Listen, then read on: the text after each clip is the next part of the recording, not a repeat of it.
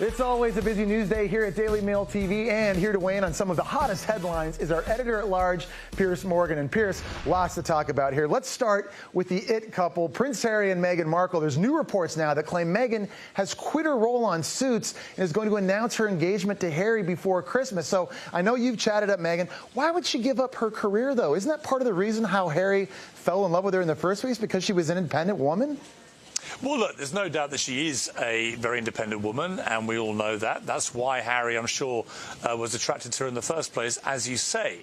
But there's also a reality check, Jesse, and that's this. If you want to become a princess, if you want to marry one of the heirs to the throne of the great British monarchy, then I'm afraid something has to give. And you probably can't live in Canada for 9 months of the year being a TV star.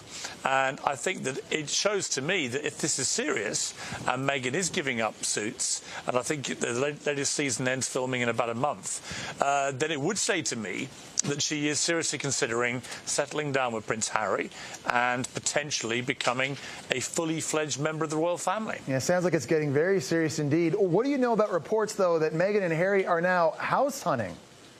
Well, apparently they're looking up in the Cotswolds. Now, that's a very, very cool, chic area now, about an hour and a half's drive from London. It's where all the glitterati reside, ex-British prime ministers like David Cameron, David Beckham's up there with his wife, Victoria Beckham, a lot of very cool people, Kate Moss, the supermodel. So the right kind of area, you might think, for a prince and his TV star bride-to-be, perhaps. I've been up to the Cotswolds many times. It's a lovely part of the world. Beautiful rolling countryside, very nice pubs up there, and Harry likes a pint. So I'd imagine that if they do find a home, it will be somewhere like the Cotswolds. His father's place, Highgrove, will be just down the road there, so he can pop in for tea with his dad. Yeah, you know, I was just there actually last summer, and I can be honest and say I've enjoyed a couple pints there myself. Very, very lovely. I think the Harry Potter franchise also filmed a lot in the Cotswolds. Okay, let's move on now to Harvey Weinstein. There are new reports out of London that say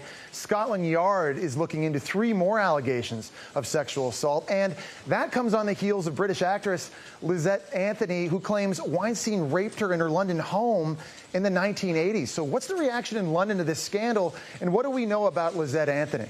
Harvey Weinstein wasn't that well known in Britain, I would say, about 10 days ago. Now he's probably the most notorious person in Britain. And one of the main reasons is the sheer volume of stories that keep coming out now on an almost hourly basis. Some very serious, like the Lizette Anthony claim. She was a very popular actress, made many TV series and movies. And she claims that Harvey Weinstein arrived at her home, forced his way in, forced himself upon her, and raped her. She's now made that claim to the police in Liverpool, where she now lives.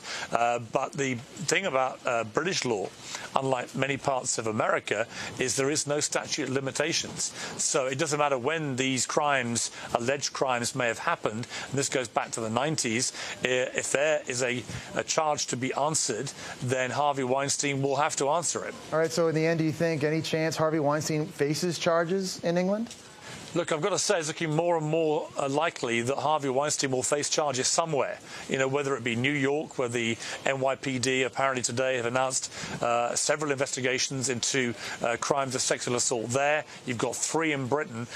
It'll take a hell of a lot now, I would think, for Harvey Weinstein to avoid some form of criminal prosecution. As always, Piers Morgan, fantastic insight. Thanks for joining us. We'll have more Daily Mail TV when we come back.